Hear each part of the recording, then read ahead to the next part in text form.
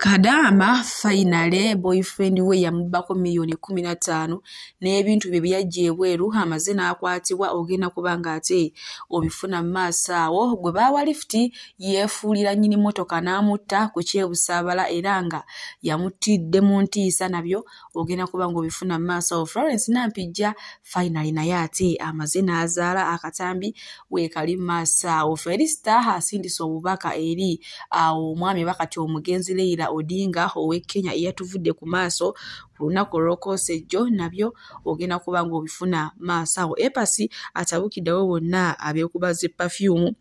nga tebazibalamu valiyu mugamba mutya mwasibye mutya kansuubire nti muli bulungi ba mikwano ng'enkola yaffe mbasaba video no mujimpe like era n'ensaba gwe wenna atanaba kusubscribinga wano ku Suvia News Extra nti mukwano subscribinga era onyige mu notification bell limesubwanga byonna byemba nteekayo wano ku Suvia News Extra. Nyongera okusabirako mwenna brother abakosefu tisaba ekisa kya Mukama ate kibatukeko ba mikwano. BF Suma abajanjabisa eddagala lya butonde bakola ku nsonga gwe omwami nga tomalaako bulungi munange sanyu ly'omusenge nga lyabula oba ofukafuka omusulo nga gukuluma oba ofuka omusulo gulimu olusaayi oba ofuka nga tomala bakubirekera nga gwe nayagala okulabika obulungi munange balina eddagala libakuwa nirikukyusa n'obanga olabika eddala nga kibbebi. Munange sigenda kulwisa era nga nkutandise ne Florence Nampijja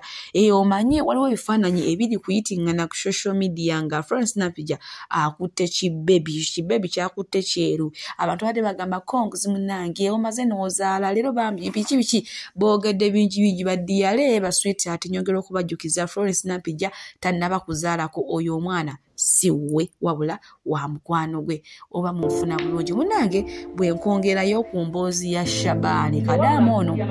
abadde awangalira mu ggwanga lye Dubai. So boyfriend we yali yefulanga amwagala kumbe nga mbalako obusente era olwajja omuvubuka oyo golaba Shabani munange n'amubako $15,000 n'amuba n'ensawo teyakoma ku ekyo n'abba ne paadi ze n'empale ze. Munaye mwana muwala Kadama olinaku zino zonna abadde alaajana ng'akaaba ng'akola naye olunaku olw'ejjo ekawungezi munange SB4 Media bw'atyo bambi yakoze ekisoboka kyonna omuvubuka ono ne bamukwata era wenjogerera ssaawa zino Shabani atemeza mabega wa mitayimbwa. Gate amawulire agenda kaagaliwo omuvubuka ow'emyaka 20 asazeeko munne omutwe n'afiirawo ku kyebusaabala eyo. Gano amawulire gabaddewo lunaku lwajjo. Omuvubuka yasabye munne lifuti nti ntwalaako n'amutwalako kumbe nga ye ali katego kaakumubbako mu mmotoka era balwanidde awo ku steering biki ndowooza n'amulemerera kwe kusalawo ate omwana mulenzi ono munaye amuttira wenjogerera ssaawa zino zembuyaga ezikaza empewo kale ekisa kyamutisisiza wookola ekisa nti munnange biki wookola omutima omubimbu weeraga ne weebuuza kati omuntu akole ki ekigenda okusanyusa omuntu ono yamututtewo kumbe mubbi yamusse panange awo wetuli kale munange wetweyongerayo olutalo lwa musajja era nga eyali ex wa Ronald Mayinja oyo mukyala mumujjukira baakolawo n'olutalo lw'amaanyi nga balwanira ennyumba era yamaana n'agiwangula munange nno kati akomyewo olutalo era lwa musajja na mwana muwala era ng'onaazannyira mu kibiina kya Aromantic Entertainment amanyikiddwa nga Tasha Kalungi. Banaye ngenda kubanga mbikutuusaako maaso wano ono omukazi ono ayagala nnyo entalo z'abasajja kuba kuyiwa musajja ajja kuguyiwa Tasha abeewa mwe baweddeyo mbadde nsaba ogenda oyiwe nnyoko n'ekitaawo amannyo oba yiwe omusaayi oyiwe baganda bo ozzeeko mama wo olina n'omwana temusobola abeera mu nnyumba emu ate nga tubeeramu tutya nze siririgi ya Tasha nze ndi mukazi hasala ndoza mwana mwachi kitegeeza ne mukazi yeeyimiriddeko neera sina mama anyimiriddeko sina tata yali awo ali ku busolo atembeya busolo ku State House. Lutalo lwa musajja ne bannange ono omukyalo ono eyali ex wa Ronald Mayinja bannange ayagala nnyo entalo z'abasajja jjukira twasima omulaba eno nga ali ku Ronald Mayinja kwotadde n'ebyennyumba n'okumwanjula kale tuuzemu omulaba era ng'ali ku bannange ayagala entalo z'abasajja naye nga bwe tweyongereyo tumanyi bulungi nnyo ffenna tuli mu kadde kakunakuwala oluvannyuma lw'okuviirwako omuntu ow'amaanyi ennyo abadde awangalira mu ggwanga ly'e Kenya omukulu Leila Odinga era nga maaso wano ye Felista aweereza obubaka naye nga tabukoledde mu Luganda tabukoledde mu Luzungu wabula abukoledde mu Luswahili. So ngenda kubanga mbatuusaako maaso wano nammwe ate musobole okumwerabira ku Felista nga aweereza obubaka bwe. Ninaitwa Felista the Superstar. Kwa niaba ya watu wa Uganda tunaombeleza kifo cha Mheshimiwa Raila Amolo Odinga kutoka Kenya. Bado pia tunasherehekea legacy ambao utaendelea kuinua na kubadilisha taifa. Mawazo yetu yako pamoja na watu na serikali ya Kenya wanapopita wakati huu ngumu, na tunabaki kuinspire na athari ya kudumu ya uongozi wake. Roho yake ipumzike kwa amani. Felista bwati omunaga ate bwaweereza obubaka eri omukulu Raila Odinga abadde awangalira mu ggwanga lya Kenya. So abiyisizza mu Swahili sigera kugamba nti bayogedde bino bayogedde biri kubanza Oluswahili sirumanyi naye akatongera okusaba Omukama amusonyiwe. BF Suma Herbal Research Clinic gowe n'omwami nga otawanyizibwa ensonga z'omukisenge munange tomalaaho nga gwesanyira omukisenge wasigalira ddifuma mu lufumo era ng'obeera mu kwekubagizayo leero nze byagana abakazi bawasa be bagenda olw'ekizibu ekyo. Mukwano nyongera okujjukiza nti toddamu kaaba na kizibu ekyo ng'ate aba BF Suma weebali gwe bakubireko oba nnyonnyole buli kimu bagenda kubanga wama bakola kera nga gwe wenna omwana w'obuwala oba ow'obulenzi ng'otawanyizibwa ensonga z'okufuka ofuka omusulo gulimu olusaayi oba ofukafuka tomala oba nga buli ogenda okufuka ofuna pain ey'amaanyi munange baba BF Suma bakuleetera eddagala ate erigenda okukolako ekintu ekyo oba ekizibu ekyo ddemu obuuke obeere ng'oli buteera owuna ensonga z'okufukafuka era nga gwe wenna ayagala okulabika obulungi oyagala kweruka oyagala kusigala mu kkalayo oyagala kulabika nga kibbebi oyagala kulabika nga muzungu oyagala kulabika otya munange nazeezo ensonga bazikolera ku ddala bw'obatuukirira n'obanyonyola oba n'obakubira ku nnamba z'essimu eziri awo ne bakutereeza. Munange bwe tweyongerayo ewa Honorable Allan Sewanya najjukira ab'ekibiina kya Nuupu ku mulundi guno bwe baali bafulumya abantu bagenda okuwa kaadi ye tebaamufulumizaamu kino nno abawagizi beekyabennyamiza ne bagamba nedda omuntu waffe tumwagala ate akoze bulungi yeewaayo yenna ne batuuka n'okumusiba ne bamukuba ne bamubonereza wamma buli kimu kyonna ne kimutuwako n'alaga nti yeesi alina omwoyo gw'eggwanga. So ne bamusaba agire mu independence era agenda kujja agenda kwesimbawo naye ng'agenda kujjira mu kibiina ekyo ekya independence kwagenda okujjira. Munange bwe nkongerayo ewa Epasi mulina maaso wano ng'ayigirizamu mulina batamanyi kwekuba perfume akugambe teweekuba perfume nti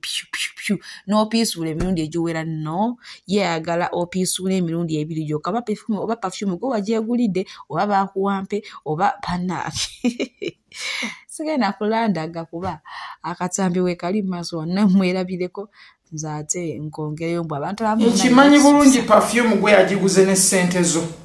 naye muvubuka ogenda gyekuba ng'ogendera ku mateeka gange perfume okuba spray bbiri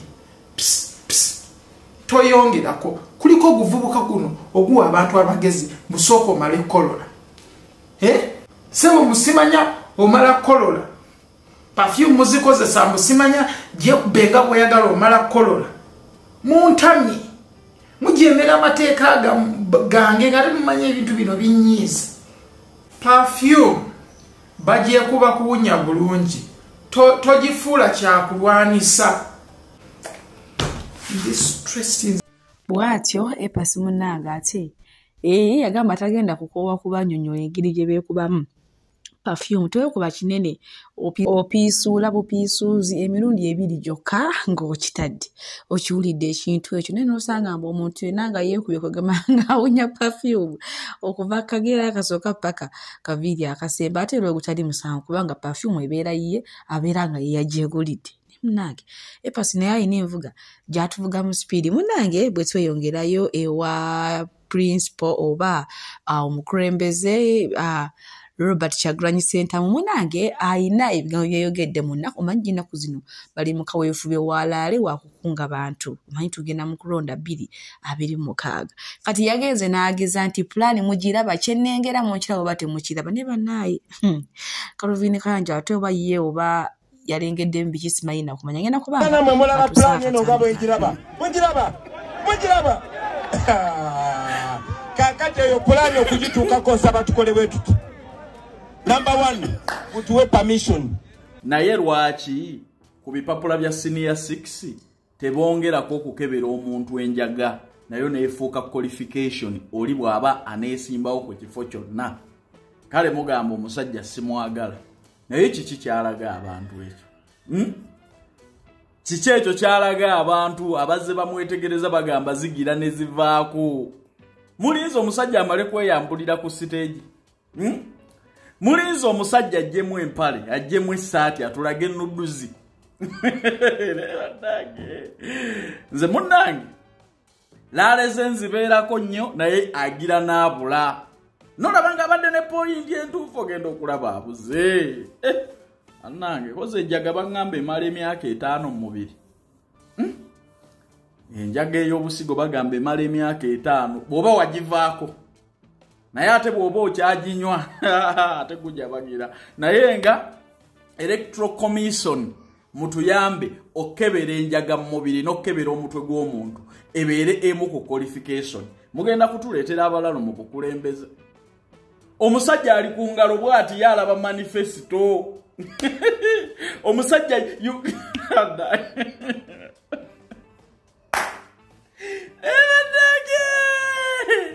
kale osanga envubuka eddebe ly'eggwala nga likugamba nti Kadingo mwelirabe essuubi lya Uganda empya naye ku mabeere ga nnyoko koma nnyoko bw'oba mu Kadingo mwolina essuubi kituufu twagala change twagala enkyukakyuka Museveni atufuze nnyo naye si Kadingo mbabuulira change tujagala era tujja kuyimirira nayo